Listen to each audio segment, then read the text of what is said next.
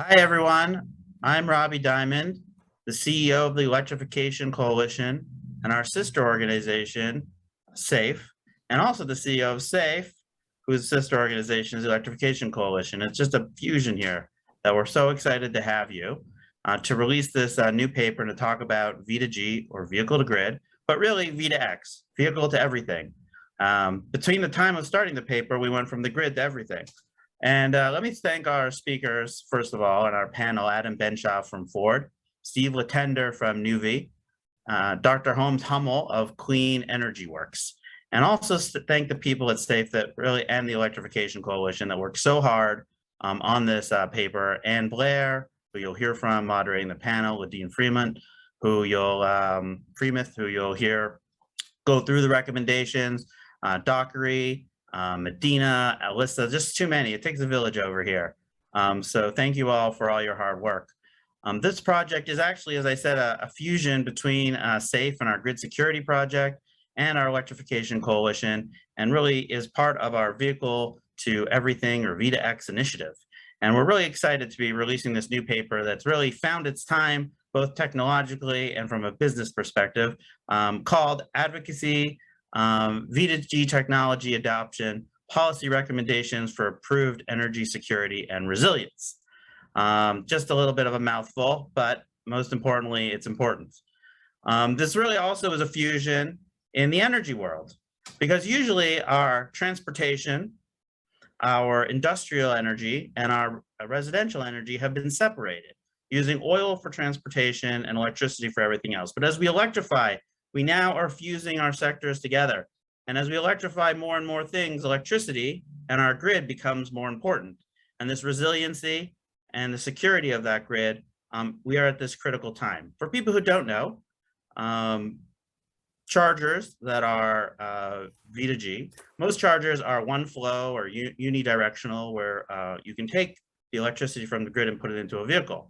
But bidirectional, or V2G, can be used to not only take the energy, but then also give it back to the grid, or even not even the grid, as you've seen with some of these Ford Lightning commercials, just to a home or to a building, to a medical facility, or some other, but it's the electricity that can go back and forth. And this is, really important now with resiliency, mostly because, as we've seen, more and more events where we've been having these blackouts, whether it be in Texas or in California or other places in the United States. It used to be that these were black swan events, but now they seem like white swan events, always occurring over and over and over again. And as we put more onto our grid and we're becoming more dependent on electricity, we just have to make sure that we have this resiliency and the security, but also help clean up the grid. Because we should think of these vehicles now as energy storage, or actually mobile storage devices.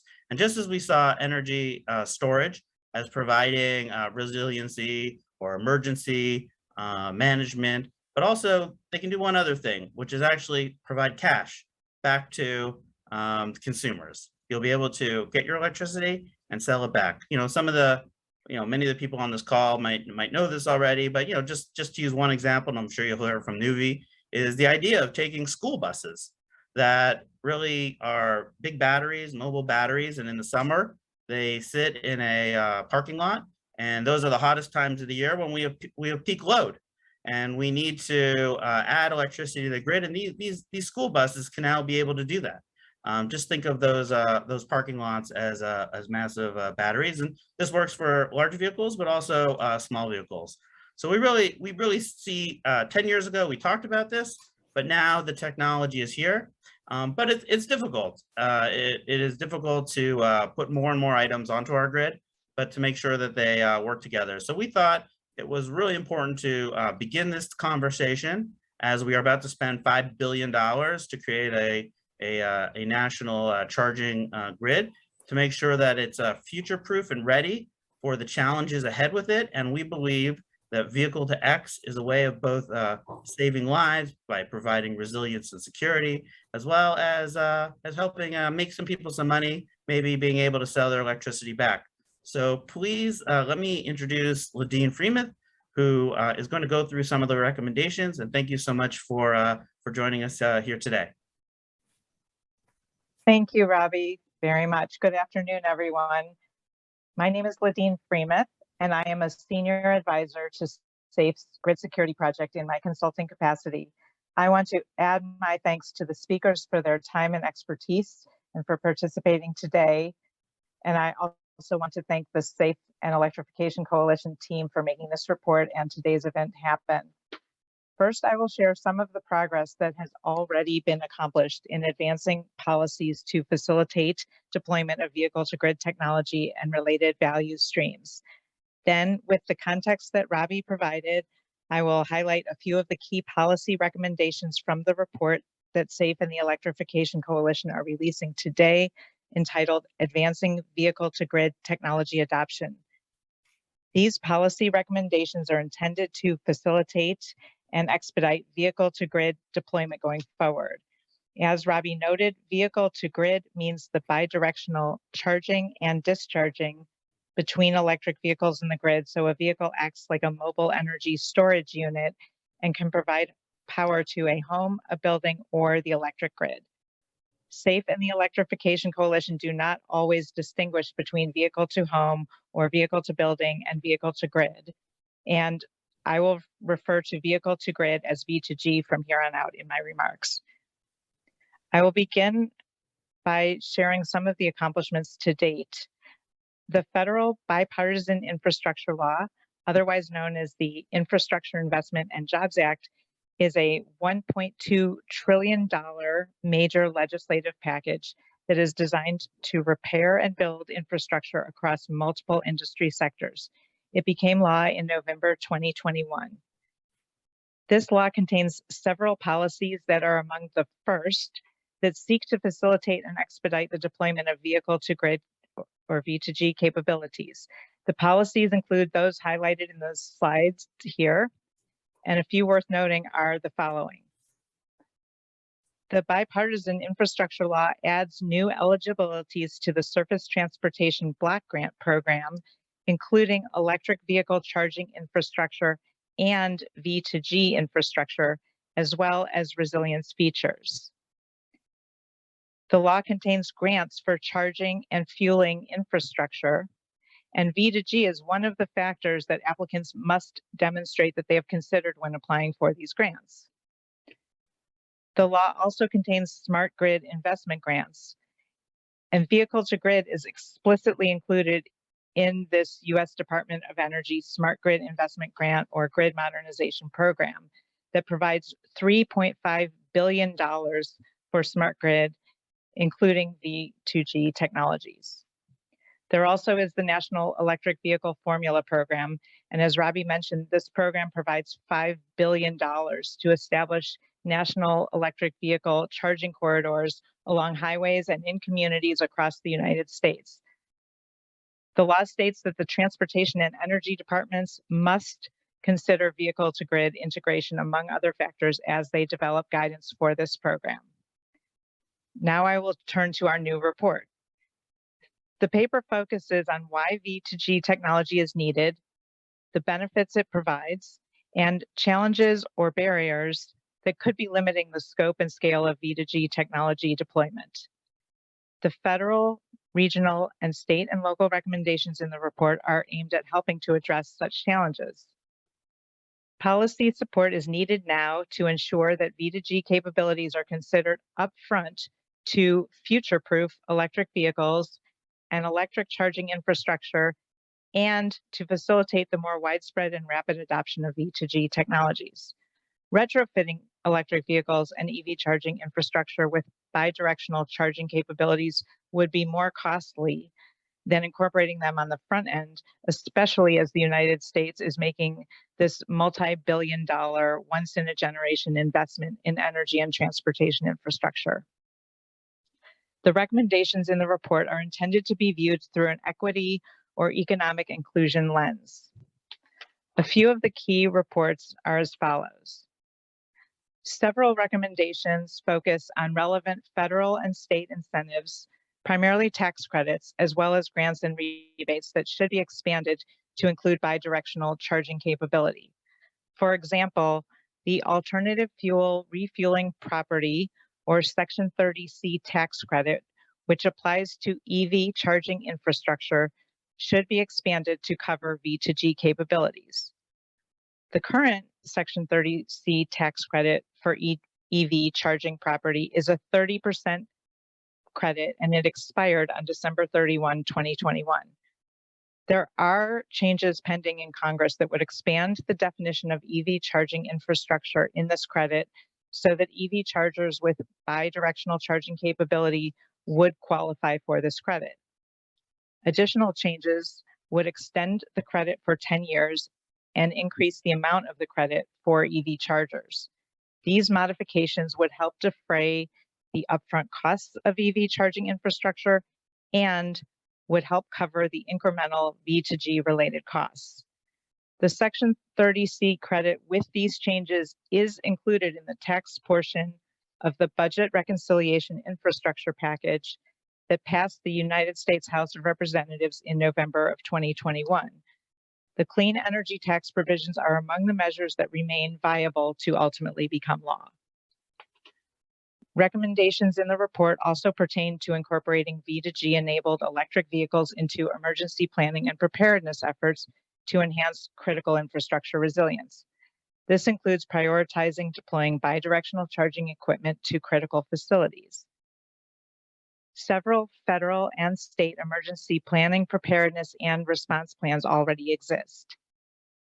It is important that the primary agencies responsible for writing and/or overseeing these plans understand and consider the capabilities and resources that V2G technology and onboard electric vehicle batteries can provide to enhance resilience, particularly during emergencies for critical facilities such as shelters, schools, and hospitals, whether connected to the grid or islanded, for example, as a microgrid. And Robbie touched on this in his remarks briefly as well. These types of efforts will require coordination among relevant federal, state, and local public officials and private sector representatives to ensure the technology and the processes are in place so that V2G capable vehicles can be readily deployed to provide power during an emergency. Our recommendations also address research and testing to ascertain the potential impacts of bidirectional charging on battery degradation and warranties. While opinions differ, some EV owners and operators and other stakeholders have concerns that bidirectionally charging an electric vehicle battery for grid services could degrade the battery faster than otherwise would occur under typical driving conditions. A related concern is whether the use of an electric vehicle to provide power back to the grid could negatively affect or even void an electric vehicle battery's warranty, and who has responsibility for covering the warranty. Thus, more research and testing are needed to demonstrate and help ascertain whether or the extent to which bidirectional charging affects a battery's life. Research also will help continue to advance battery technology and extend the life of the battery. Federal recommendations also focus on the development of national technical standards to facilitate seamless communications between electric vehicles and other equipment, which will enable V2G capable electric vehicles to provide grid services and more.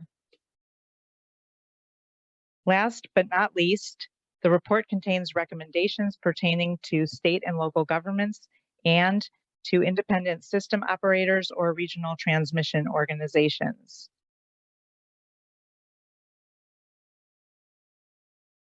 You can see that we've highlighted the recommendations here, and they're obviously in our report, and we encourage you to read the report. In conclusion, I'll just note that V2G technology is available today, and the time to deploy it is now.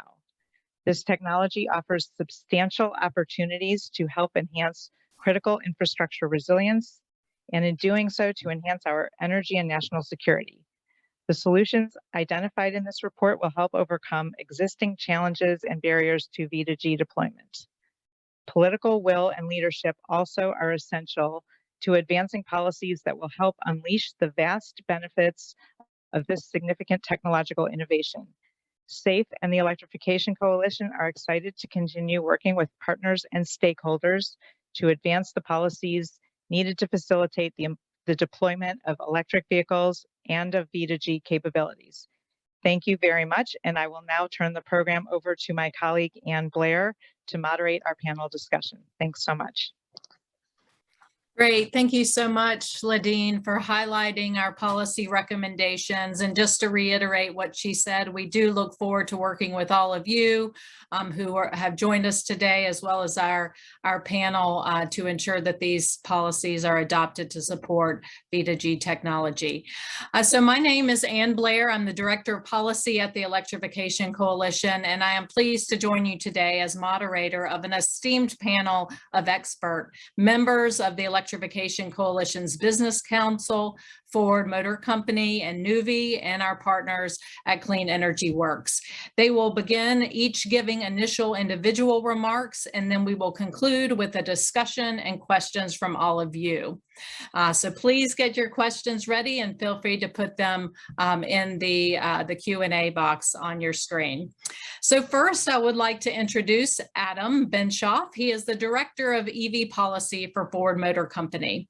There, he helps lead Ford's overall strategy and engagement on a full suite of policy issues in the electric transportation space. Specifically, Adam is focused on policies to enable and advance vehicle-to-grid integration, promote electric vehicle charging infrastructure that unlocks the full value of electrifying the transportation sector. So Adam, welcome to the webinar today. We look forward to hearing from you about the work that Ford is doing to support vehicle-to-grid technology.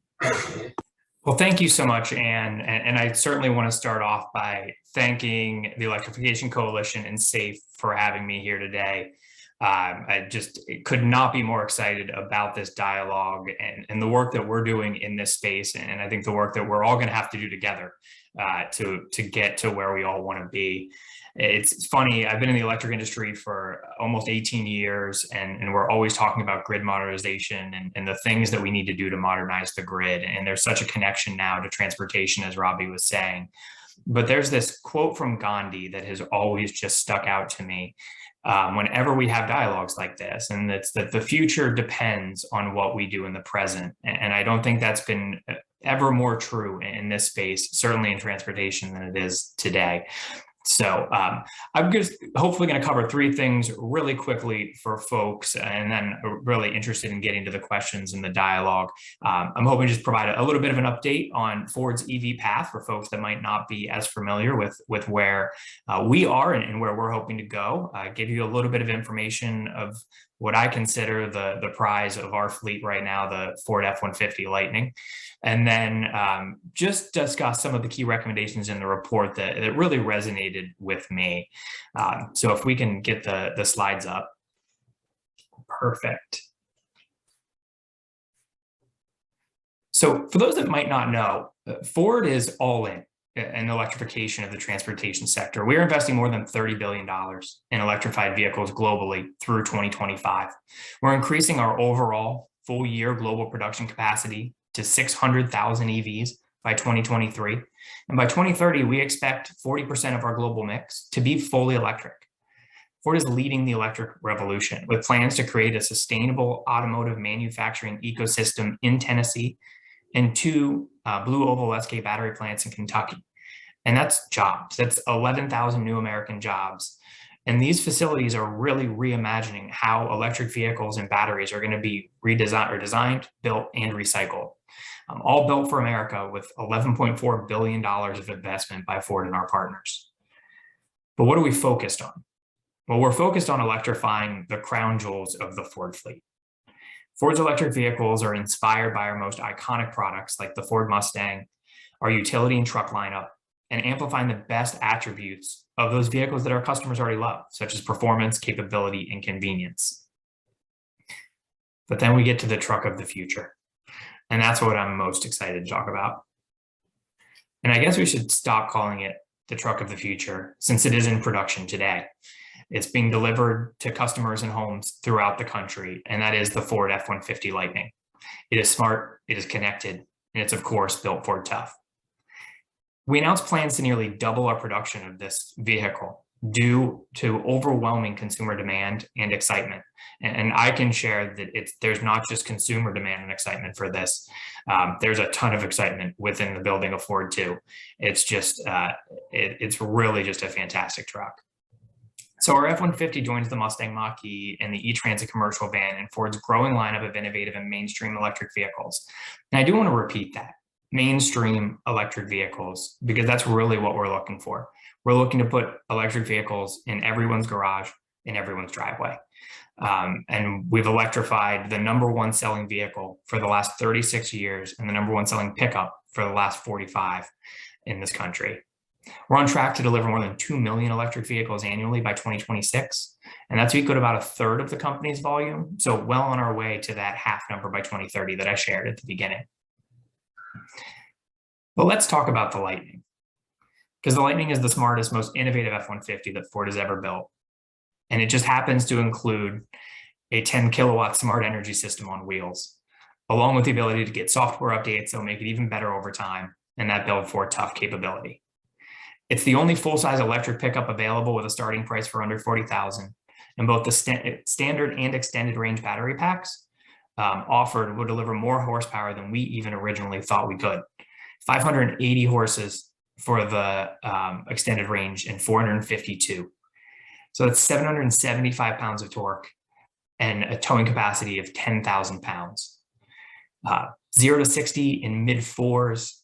I don't think anybody's going to have trouble merging onto the highway in the new Lightning. And for those who ask about range, because that always seems to be the question, the extended range battery has about 320 miles of range. But that's not really what I'm here to talk about today, right? I'm here to talk about what's different about this truck. What can it do that others can't? And what is the real value of this transition to electrification? And it's the backup power system. We've got the ProPower on board that enables up to 9.6 kilowatts of exportable electricity with both 120 and 240 plugs available. Some are in the cab, some are in the rear bed, and others are in the Mega Power Frunk, which I haven't even talked about yet. That's a different presentation. But that's enough energy to power a residential construction site for up to 3 days or to cut 30 miles of plywood on a single charge. This truck is going to change the way people work, and we couldn't be more excited about it. But the real star of the show, especially in a conversation about V2X, is the intelligent backup power that provides true bidirectional charging capability. As currently built, this system turns your truck into a backup power system for your entire home. As soon as the system identifies that the power has been turned off, it'll flip over, have the truck export power back into your home and turn the lights back on and repower your house. Again, the ability to offload the 9.6 kilowatts with the extended range Lightning at a full charge, much like the construction site, can power the average American home for up to 3 days. And with rationing and different electrical setups, it can be up to 10 days, depending on your usage. That's some resilience. I know Robbie was looking for resilience. I don't think you can beat that. Now, I mentioned at the beginning that the future depends on what we do in the present. And I think you see that theme play out across the report that Safe and EC have put out. But at Ford, we're also looking at future-proofing our own technology and have designed the system to operate at first as that backup power, as I discussed. But without any additional hardware, we'll be able to transition when the time comes to flip to true V2G capabilities.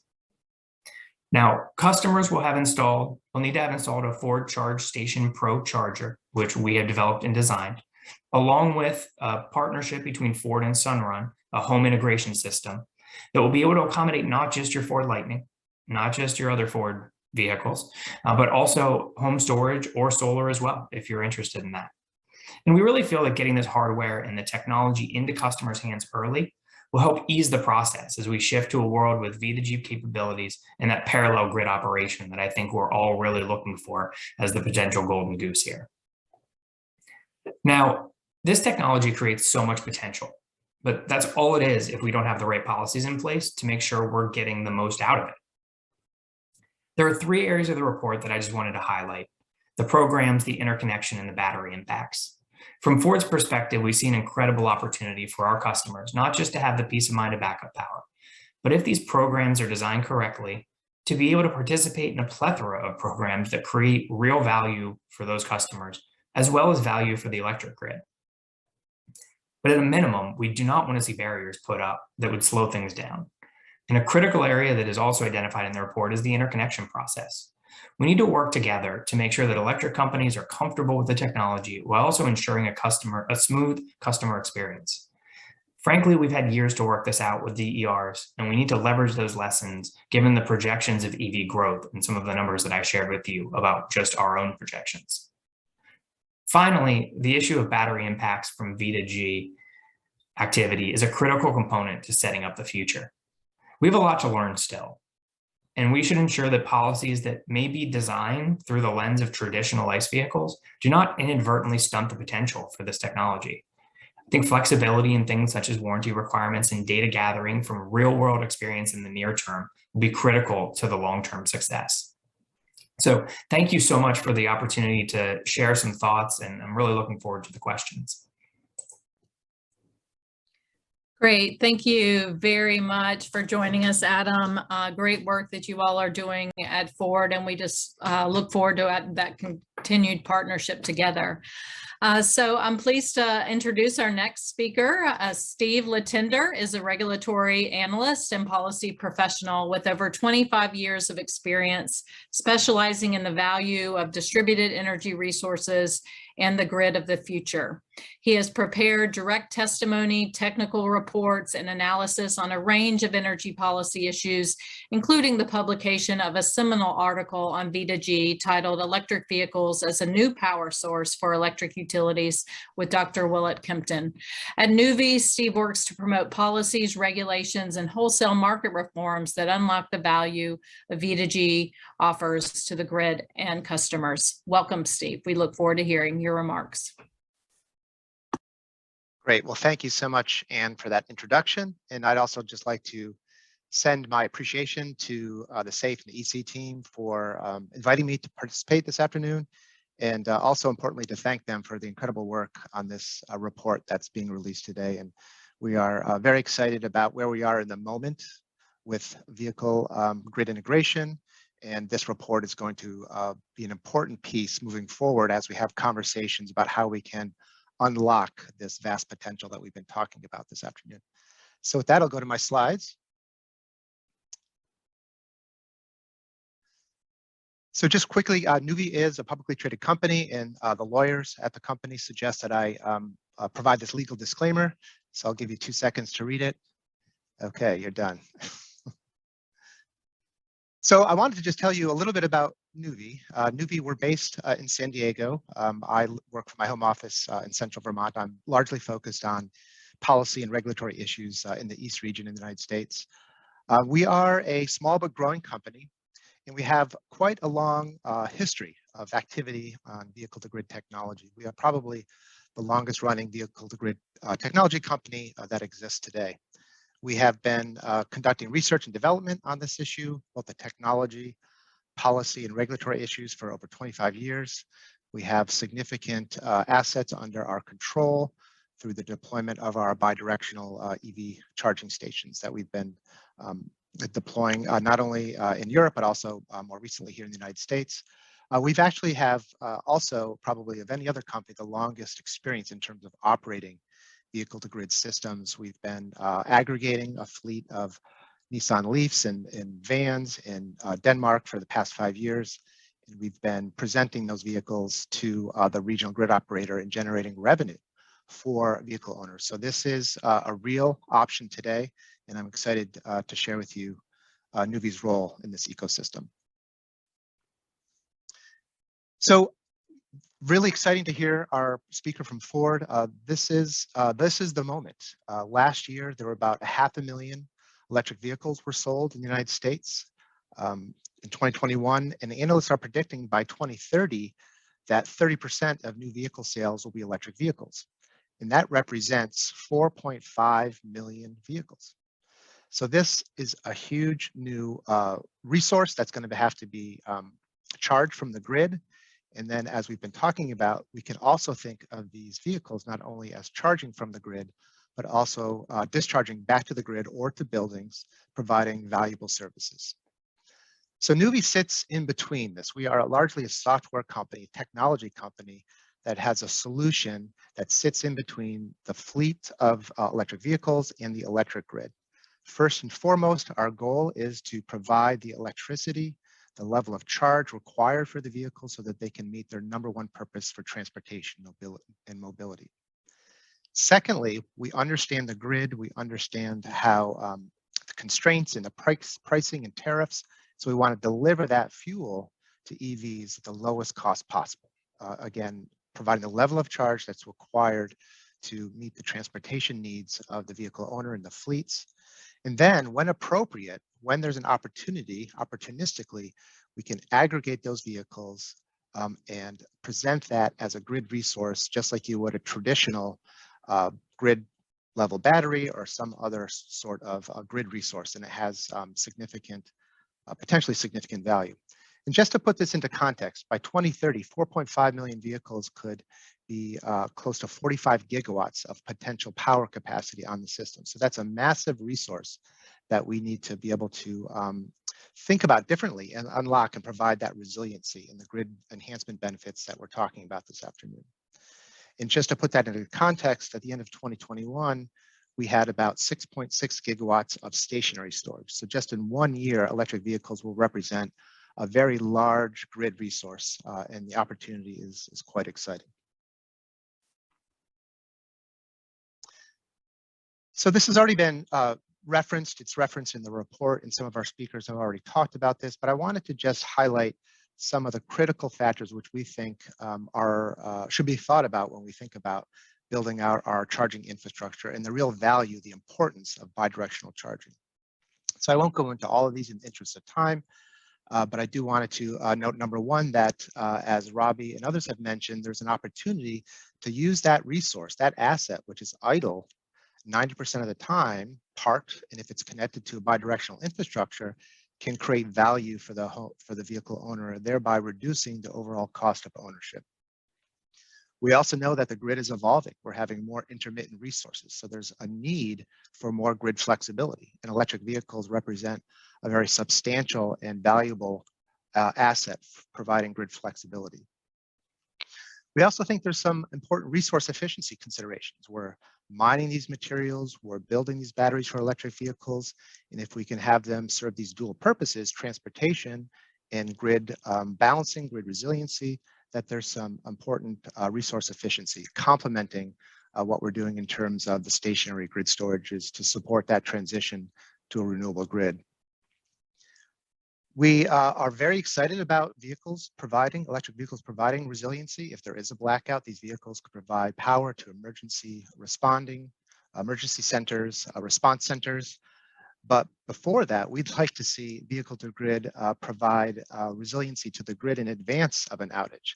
During those periods when the grid is stressed, when we're during peak demand and there's a shrinking reserve margin on the system, these electric vehicles could be deployed to actually avoid a power outage. So we're pretty excited about and focus on that opportunity, presenting these vehicles to the grid and providing value and hopefully in certain cases avoiding outages altogether.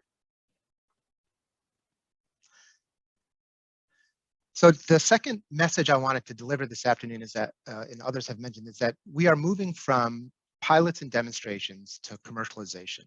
And so that is a stage in the evolution of an industry where policy support is critical. So NUVVE Corporation, we have two different chargers that are bidirectional. We have an AC charger, which is a level 2 charger, and then we have a DC charger, fast charger, both a 60 kilowatt and a 125 kW, and both of these units are bidirectional. There is a bit of confusion in the market today. AC V2G isn't quite commercial. They are still developing the standards for V2G AC. However, today, DC V2G, using our bidirectional DC fast chargers, is fully certified and commercially available, and it's what we're deploying in different locations across the United States. So we have focused initially on the electric school bus market. As Robbie mentioned early on in this webinar, This really is an excellent use case. We call it the tip of the spear for vehicle to grid. These buses have very large batteries.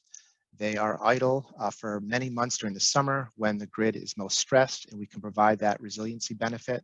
So we've been working with bus OEMs, including Bluebird and Lion, and they have off-the-line V2G capable buses. When paired with our DC bidirectional fast charger, you now have a commercially available V2G product that we are delivering today to customers across the United States.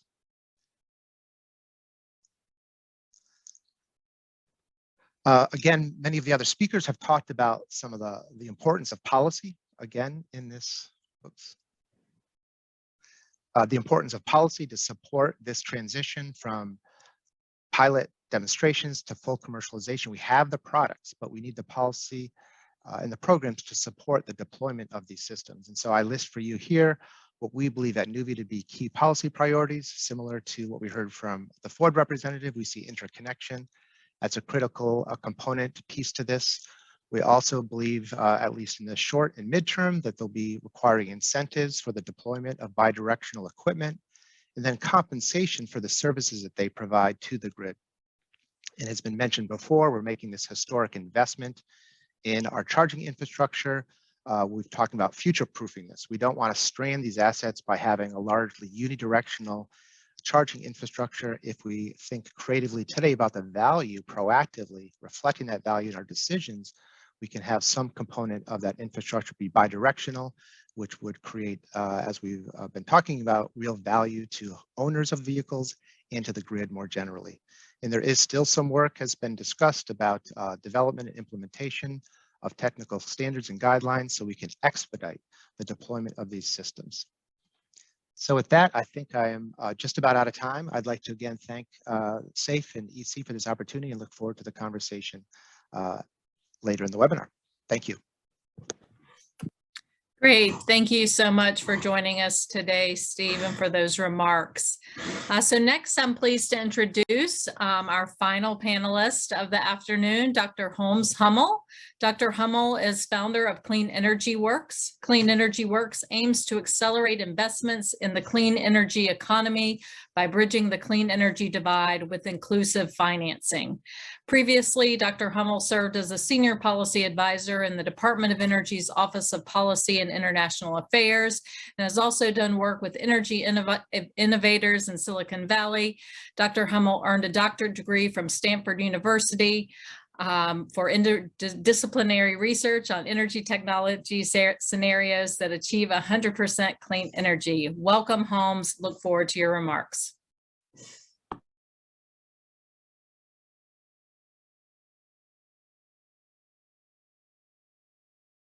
For having a long and considered process in the development of these policy recommendations.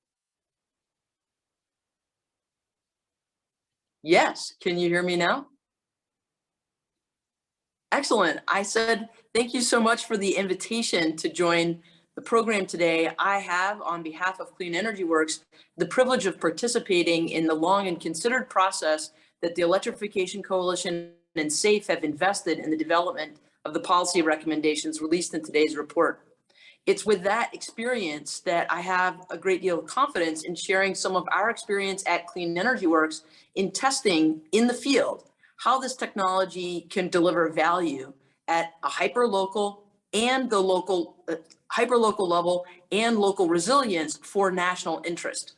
I want to unpack that sentence and close my remarks almost as swiftly as I've opened them so we can preserve, as planned, the last 15 minutes for interaction with those of you that have already loaded up the Q&A box with inquiries that we can see. What I want to convey to you from the Clean Energy Works perspective is that our public interest organization, founded after my period of service at the Department of Energy during the height of the Recovery Act, has actually included a real-life test of buying the first 15 kilowatt bidirectional charger certified by Underwriters Laboratory under the North American standard for providing services on a site-specific basis for discharge of an EV battery. We did it with a Nissan Leaf and a Fermata EV charger at the headquarters of a utility that had been swept by hurricanes multiple times in my lifetime and had lost local residents to death in the most recent hurricane to sweep through, spawning a tornado. They know about resilience. They know about hazard mitigation. And they know that equipping every household in their service area with an EV is in the national interest. And that once every household in their service area is driving an EV, it is unbelievable that that much energy storage capacity would be unavailable to them in their time of deepest need. And for that reason, there are many reasons to see the local and national interest instantly converge with the development of the types of optionality that SAFE and the Electrification Coalition are commending to the federal agencies implementing the Infrastructure Investment Bill. What we found when we deployed the commercial technology that I've just described to you is that without trying to monetize more than a couple of use cases, we were able to document value streams that were almost equivalent to the lease payment on the car itself. Let me put that together in plain terms. We were reliably producing value streams that netted out the cost of even leasing the car. These are significant value streams. They had been estimated earlier with an exhaustive vehicle grid integration study published in California 2 years prior. But the experimental data coming from empirical evidence is gaining confidence that these futuristic deployments at large scale actually can produce the value streams that have been estimated. I'm eager to engage in the dialogue with the colleagues here, but I want to leave everyone with a focused perspective on the policy recommendations of the report. Because for the next 3 years, we have an unmatched and even historic opportunity to implement bidirectional charging at scales that will be path dependent for the future. Missing that on-ramp causes us to take a big detour. We don't have time. It's important for us to maximize our opportunities to demonstrate the value streams in all of the places where customers already desire this functionality and where the Department of Homeland Security's hazard mitigation plans, frankly, already require it at facilities that we already recognize at a federal level are critical facilities. These are first movers, and we have an opportunity to work together with SAFE, with the Electrification Coalition, to make these first steps in a critical time period with all backs into the org. Thank you very much for the opportunity to participate, and I look forward to the discussion. Thank you very much for your remarks. And now we'll bring everybody to the front of the screen, and we're going to open it up to answer a series of questions. We've had a lot of activity in the chat as well as in the Q&A box. So we are going to try to get through as many of your questions as we can in the remaining 15 minutes. If we do not get to any of your questions today, we will do our best to follow up with you with a response. But to kick us off, a general question and open to anybody on the panel. Have there been any cost benefit analysis from an EV owner perspective on battery degradation from supporting the grid? I've seen at least one study that found that a vehicle battery can degrade as much as twice as fast when participating in V2G.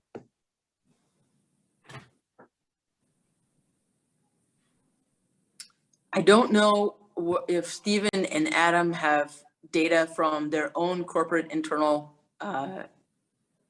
demonstrations, but what we know is that the value streams have been categorically underestimated. And so if you were to think about what the value of the battery for mobility is against what the value of the battery is when it is integrated into site-specific calls for service, you can use software to minimize calls on the battery unless it exceeds what you believe that value to be. And what we've seen is that value can be extreme and justified, and customers can control their own tolerance for that level of dispatch in a way that everybody is satisfied. If I could, and I'll just add. So we at NUVVE, we recognize that this is a critical issue, and we're excited to see a recommendation in the report that this is something that needs additional study. And we do have internally a process where we evaluate state of health, and that is critical to our software solution. We want to manage the charging and discharging of the battery in a way that preserves the health of the battery as much as possible. And that certainly is part of the equation in the work that we do in serving that function. We have worked with some folks in Europe, with Nissan in particular, and I apologize, I don't have a lot of the details from that study, but we did collaborate with Nissan, and we looked at the impact from using this fleet of Nissan Leafs and vans to provide, in Europe, they're providing frequency regulation. That's a particular service that requires short bursts of charging and discharging the vehicles in response to the frequency on the grid. And in that study, it's my recollection that we found quite minimal impact in terms of using that those vehicles in that way to provide this service in terms of the overall health of the vehicles. But again, we recognize this is a critical issue, and we do support efforts to get better data and better analysis to really help address this issue, and again, determine whether the costs and the benefits, as Holmes was talking about, if the costs are justified by the benefits of the services that we can provide. Yeah, and I think really just to build off what Holmes and Stephen both said, I flagged this in my initial comments because I think it's a critical piece that we need to be focused on.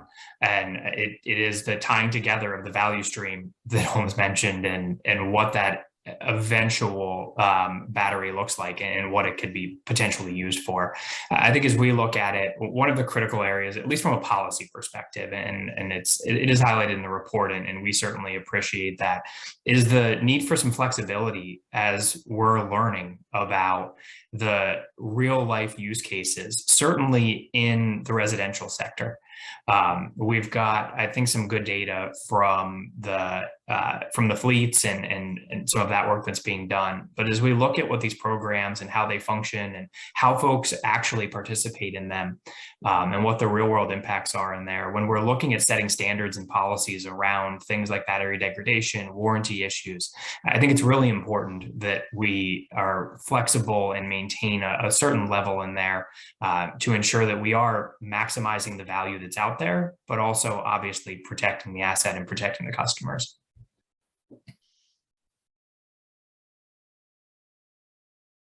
Great, thank you much, each of you, for your responses to that. So Adam, just a few follow-up questions, or quite a few directed at you regarding the Ford F-150 Lightning. So we could maybe tick off a few of these fairly quickly. So can you talk about, does Ford have any statement about whether V2G has supported use with its warranty? Speaking of warranty. So I'm gonna forget how I answer this. We do not currently have a position on V2G usage under its warranty. However, the truck as it is being sold right now, as I mentioned, has the V2H capability that's already in there, and that is covered under the warranty situation at 10 years. Great, thank you. And is Ford working on integration of the supply chain for battery production and or recycling? Yes, yes, and yes. Supply chain issues very much front of mind at Ford, and really supply chain in the battery recycling arena. We've announced a partnership with Redwood in California to develop a closed loop battery recycling. And when we're talking about those issues of potential degradation, potential value afterwards, recycling has to be in that mix as we're really looking at sort of the full utilization of those batteries. It's not just what do we end up with a car after 10 years? The market can price that in, right? And make sure folks are still getting, goodness, even at 70% degradation, 240 miles of range in some of these vehicles. You're not talking about 50 miles. But really, when you look at the potential other value streams, getting those critical minerals back into the supply chain, I think there's a ton of opportunity there and something we're laser focused on. Great. Thank you so much, Adam. So switching gears a little bit, there were a few questions directed at you, Steve, and the things that NUVVE'S doing. Can a NUVVE bi-directional EV charger work with an EV? If not, what determines that capability? That's a great question. Yeah, no, we do have the DC bidirectional charger, and it does have to be compatible with the particular EV that it's paired with. So as I mentioned, I think there's also a question about the V2G AC versus V2G DC. So this is, I didn't want to get too deep into the weeds, but it really has to do where the inverter is housed, whether it's on the vehicle, V2G AC and V2G DC. And those are the systems that we're working with today, where the inverter takes DC power from the electric school bus and converts that to AC power and delivers that to the grid or to a building. So you do have to have compatibility between the charger and the vehicle. And we believe that there is, there is process towards standards, open standards that will allow more interoperability between EV chargers and EVs. And in terms of the V2G AC, there are standards that are under development. We expect that those standards will be completed by the end of this year, and then it will take probably at least another year before those standards are integrated into the interconnection processes. But today we can interconnect a bidirectional DC fast charger under California's Rule 21, which is their interconnection standards, and we're doing that today as we speak. We have multiple deployments that we are doing in California under that existing interconnection framework. Great, thank you so much for that. So now for Dr. Hummel, how do bidirectional EVs and or chargers react to flooding? For example, is there any risk of shock if a vehicle or station is underwater after a hurricane? I hear this question all the time from folks. And if so, is there a need for inclusion of storage or evacuation planning specifically for EVs during emergency management? There are two different types of questions there. The first is at the device level and the other is at the system level. Let me take them both briefly so we can get into some more questions. The first regarding the device level is the whole purpose and point behind the safety and performance standards that go with the codes that you saw Stephen put on the screen for the product certifications that NUVVE has, and the ones like Underwriter Laboratories has for the vehicles that use bidirectional charging under the North American standard. So Underwriter's Laboratory in North Carolina takes the equipment and shakes it upside down, pours water all over it, dunks it. They do those tests in order to make sure that the equipment behaves properly when stressed, including shutting off so that they're not closed circuits that would cause hazard to people who are working on lines that are down. That standards process is so critical that it is included in the recommendations in the report being released today. And concerted, motivated effort to complete those processes is important for the maturation of the technology and the commercial space in which people can trade with confidence about the equipment they're getting and deploying. The second question was about the system level deployment. And Alabama is a state that most people don't think about in leading clean energy technology deployment. Yet they're a state that's on the frontier for integrating evacuation plans with EV infrastructure for charging. And the Smart Electric Power Alliance recently featured the state of Alabama in its planning process for taking into account evacuation routes, the availability of fast chargers, and the ability for people who have two-way equipment to use that in a way that's advantageous to themselves and their neighbors and to the system.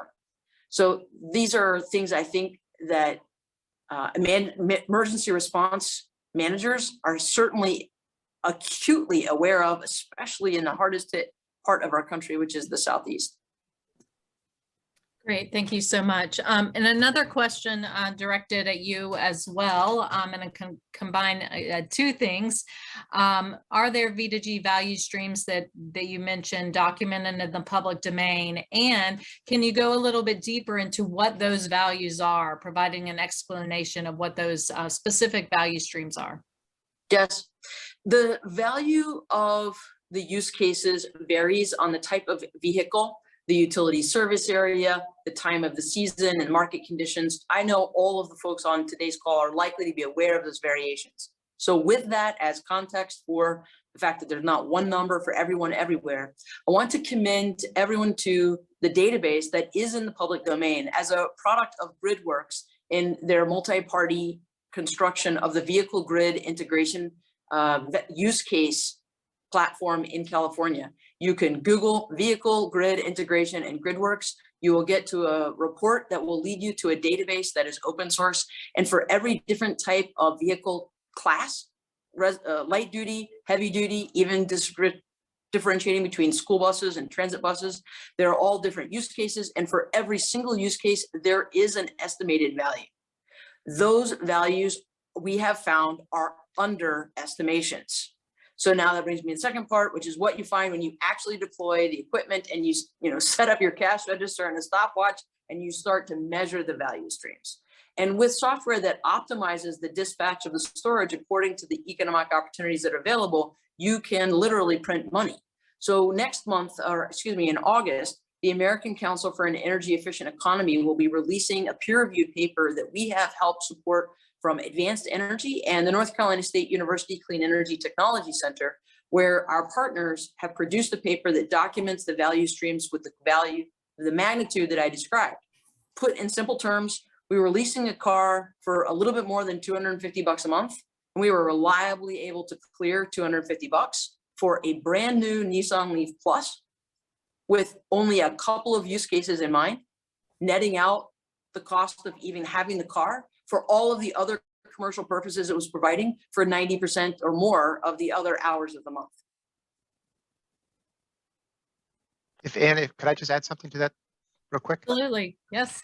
Yeah, no, that's excellent. And so there are values, and then there's the ability to really monetize that value. And so there's programs that are required that utilities have to offer to compensate V2G exports. And so we're seeing more of those programs coming into existence.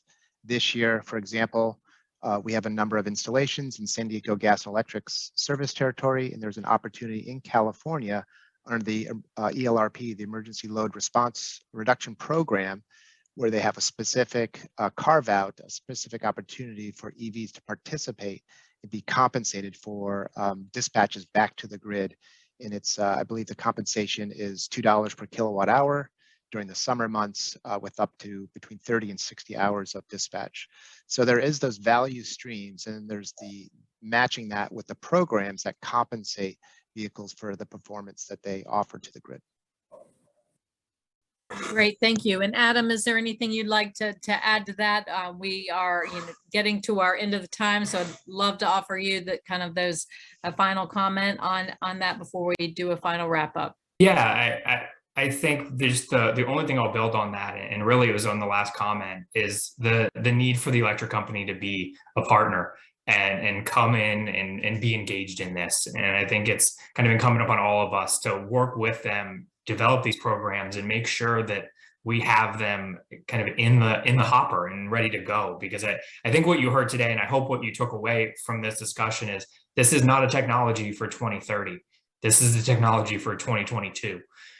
We're there. The NUVVE folks are there. I mean, everybody is ready, and we need all the stakeholders to come along with us. So yeah, that's my final comment, Ann. Great. Well, thank you very much for that. And thank you to everybody who participated today. We had a lot of great questions come in. I'm sorry we couldn't get to all of them, but we look forward to an ongoing dialogue about this issue. It's a really exciting time to be working in this space, exciting technology, a lot of work to do, and we look forward to working with all of you in this. And thank you all to our panelists for your participation today. SAFE and the Electrification Coalition, just look forward to our ongoing work together and appreciate all of your time and attention today. So with that, we are going to close out for today. We put in the chat some information, links to the report and our press release. Feel free to check those out. And yeah, I hope you have a great rest of your afternoon.